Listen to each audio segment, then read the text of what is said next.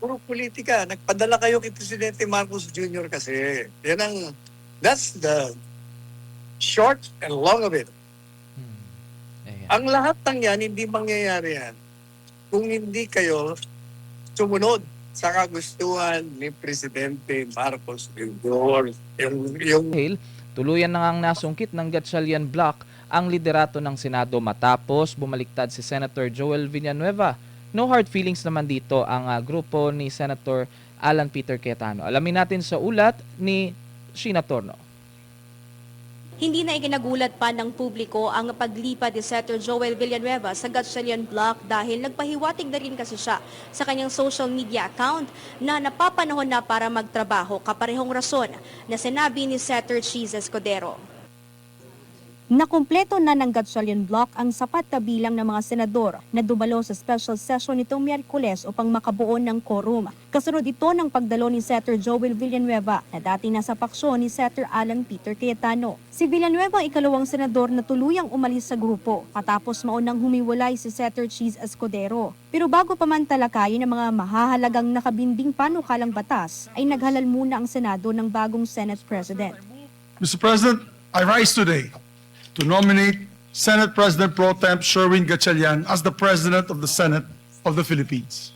Naniniwala si Senator Mig Zubiri na may kakayahan umano si Gatchalian na maibalik sa tamang direksyon o landas ang Senado matapos ang sigalot sa usapin ng liderato. Wala namang nagpahayag ng pagtutol sa nominasyong ito.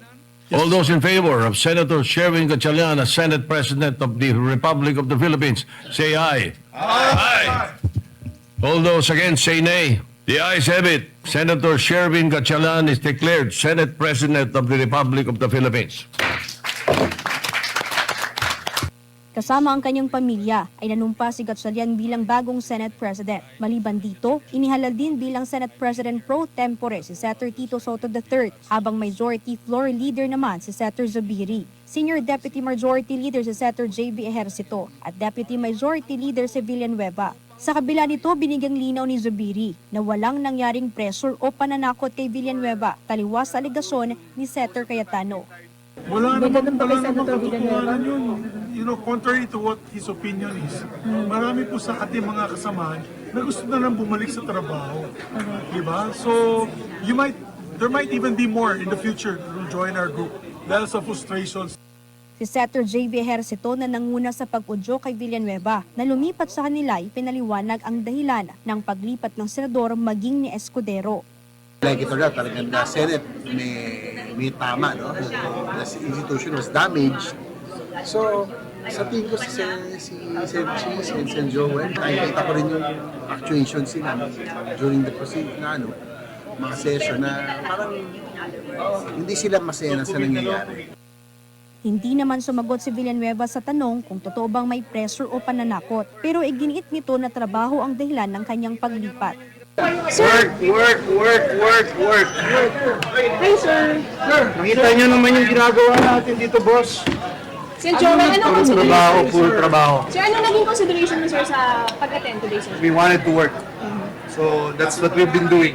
I mean, you have seen how I work today. I'm almost at the floor or at the podium most of the time, the entire day. So I hope you've seen that. Kinumpirma naman ni Villanueva na nagkausap sila ni Senator Cayetano ukol sa naging desisyon niya. May mensahe naman ang mambabatas sa dating liderato. Kumusta kayo, sir? Sa kanila. We're brothers at the end of the day. Samantala, hindi naman dumalo sa special session sa umaga ang mga senador sa minority bloc. Pero nauna na ring naglabas ng pahayag si Cayetano patungkol sa pagbabago ng Senate presidency. Tuluyan na nag-concede bilang SP si Cayetano at nagpasalamat sa pagkakataong ipagkatiwala sa kanya na pamunuan ng Senado. Binigyang diin niya na ang posisyon ay hindi isang premyo, kundi isang mabigat na tungkulin na kanyang binuhat para sa interes ng publiko. Ipinunto pa niya na wala siyang kahit anumang hinanakit sa mga senador na lumipat ng grupo. Iginagalang naman ni Senator Loren Legarda ang quorum ng mayorya. It's a fresh start, and we welcome, recognize, and congratulate the new leadership who are dear friends, who are competent public servants, and we in the minority, because I remain to be in the minority, will collaborate for the good of the Philippine people. Sa special session dito sa Senado ay may mga ilang minority senators ang hindi dumalo. Kabilang na nga si Senator Cayetano, si Senator Robin Padilla at si Senator Mark Villar na kasalukuyang nasa ibang bansa. Para sa Diyos at sa Pilipinas kong mahal, ito si Sheena Torno, SMNI News. Ayan po, Attorney Sal. Ang naging reaction or ang pahayag ni Senator Joel Villanueva ay dahil sa trabaho at wala nang iba. Ano po ang inyong masasabi sa naging balasahan kahapon, Attorney Sal? Unang-una, natapos na rin yung circus nila. That's number one. Sapagkat siyang alam po ninyo, yung mga pabida-bida ng mga bawat isa sa kanila, sukundel, ay hindi matatakasan ang katotohanan na talagang lahat sila naging palpak sa mga tungkulin nila bilang mga senador. Hindi naman kasi haabot yan. Kung from the very start, gaya ng sinabi ko ng ilang araw na, dapat kasi wala na mga partidista, wala na mga majority, wala mga minority. Ang mahalaga, ang bawat senador, gaya ng sinabi natin dito sa programang ito, noong 1 linggo pa, maging independent na kasi kayo. Kung ano na lang ang nasa inyong damdamin at isipan, kung ano yung tama, maging maprinsipyo kayo, yun na lang. Huwag na kayong magpapahikaya, huwag na kayong magpapatakot, huwag na kayong magpapadala sa mga may hawak ng kapangyarihan. Dahil kung trabaho lang, aasikasuhin nyo, hindi kayo magkakaganyan. Kaya na sinabi ko sa inyo, ano bang inumpisa ng gulo nila? Umpisa ng gulo sila, nung dumating si Senador Bato, nagkaroon ng balasahan. Pagkatapos, nung umali siya, para mawala ng quorum, itong grupo ng kabila, nag-walk out na mali. Hindi ba? Mali yun. Mali. Ba't ka mag-walk out? Para lang matanggal ang quorum. Ibig sabihin, sa inyo rin magtrabaho. Ibig sabihin, namumuliti ka. O, ito namang Senate President na bago, sa halip naman na pinaaresto niya na lang para magkaroon siya ng quorum, ang ginawa niya naman, kasama yung grupo niya, gumanti naman. Nag-boycott naman, na mali rin. Hindi po ba? Kaya circus ang tawag ko sa kanila. Marami tayong kaibigan dyan. Pero talagang hindi po pwedeng hindi mo sila punahin, hindi mo sila dapat na pagalitan na parang mga batang naglalaro, mga anong tawag doon? Mga pasaway. Naging pasaway sila lahat eh. Kaya puro kalokohan. Tapos sabi nung isa siya sana raw, nakita yung nagtatrabaho siya, si Maria Joseph.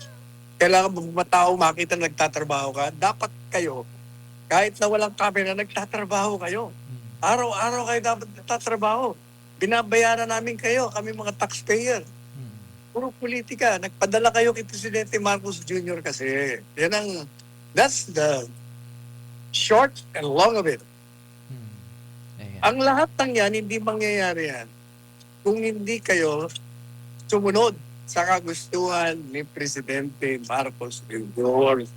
Yung karamihan sa inyo. Kasi siya nagsimula ng lahat na yan. Dahil gusto niyang manatili sa kapangyarihan beyond the term of 2028. So, anong ginawa niya? Pinaresto si Duterte, pinatapos sa The Hague. And then, ang ginawa niya, in-initiate niya ang impeachment ng mga kalyado niya, kay Inday Sara. Ang daming ginawa. Pinakulong si Kibuloy, inatake ang KOJC. Kadami-dami. Pagkatapos, yung impeachment na yan, di ba? Obvious eh. Kayo naman, sunod naman kayo ng sunod. Yung mga tunay na mga deprinsipyong kagaya nila Robin Padilla, nila Bongo, nila Bato, syempre, ilan lang sila. At yung iba pang mga kasama nila. Pero, dahil nga, pinabayaan ninyo na makontrol kayo ng Malacanang, ganyan na nangyari sa Senado. Pero mabuti naman, tapos na ang circus. Sige, balik na kayo sa trabaho.